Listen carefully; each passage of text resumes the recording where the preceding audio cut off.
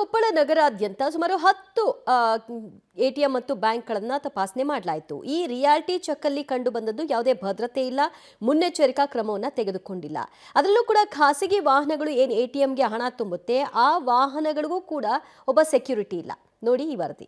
ಬ್ಯಾಂಕ್ಗಳಿಗೆ ನುಗ್ಗಿ ದರೋಡೆ ಮಾಡ್ತಿರುವಂಥ ಹಗಲು ದರೋಡೆಕೋರರು ಬೀದರ್ಲಿ ಆಯಿತು ಮತ್ತು ಈಗ ಮಂಗಳೂರಲ್ಲಿ ಆಯಿತು.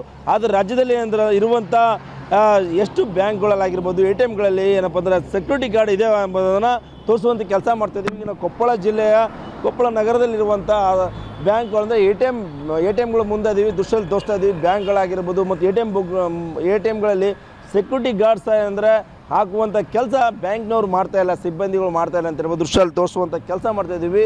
ಈ ದೊಡ್ಡದಂಥ ಬ್ಯಾಂಕ್ ಕೋಟಿಗಟ್ಟಲೆ ವ್ಯವಹಾರ ನಡೆಯುತ್ತೆ, ಆದರೆ ಒಂದು ಸೆಕ್ಯೂರಿಟಿ ಗಾರ್ಡನ್ನು ಹಾಕುವಂಥ ಕೆಲಸ ಆಗ್ತಿಲ್ಲ. ಇದು ಪಬ್ಲಿಕ್ ಟಿವಿ ರಿಯಲ್ ಚೆಕ್ ಮಾಡ್ತಾ ಇದೆ, ದೃಶ್ಯದಲ್ಲಿ ತೋರಿಸ್ತಾ ಇದ್ದೀವಿ.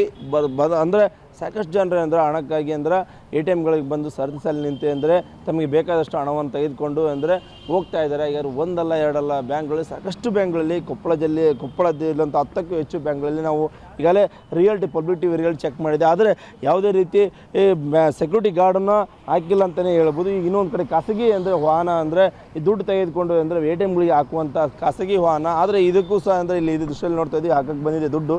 ಆದರೆ ಇದಕ್ಕೂ ಸಹ ಅಂದರೆ ಸೆಕ್ಯೂರಿಟಿ ಗಾರ್ಡನ್ನು ತೊಗೊಳ್ಬೇಕಾಯಿತು. ಅಲ್ಲಿ ಬೀದರ್ಲಿ ಆದಂಥ ದೊಡ್ಡ ಘಟನೆ, ಸೆಕ್ಯೂರಿಟಿ ಗಾರ್ಡ್ ಇಲ್ಲದ ಕಾರಣಕ್ಕಾಗಿ SBI ಬ್ಯಾಂಕ್ ಮುಂದೆ ಹಗಲು ದರೋಡೆಯಾಗಿ ಒಬ್ಬ ಪ್ರಾಣ ಕಳ್ಕೊಂಡ, ಇನ್ನೊಬ್ಬರು ಅಪಾಯದಿಂದ ಅಂದರೆ ಪ್ರಾಣಾಪಾಯದಿಂದ ಈಗ ಚಿಕಿತ್ಸೆ ಪಡಿತಾ ಇದ್ದಾರೆ. ಇಷ್ಟು ದೊಡ್ಡ ಮಟ್ಟದಲ್ಲಿ ಆದರೂ ಸಹ ಈಗಲಾದರೂ ಬ್ಯಾಂಕ್ಗಳು ಎಚ್ಚೆತ್ತುಕೊಳ್ತಾ ಇಲ್ಲ.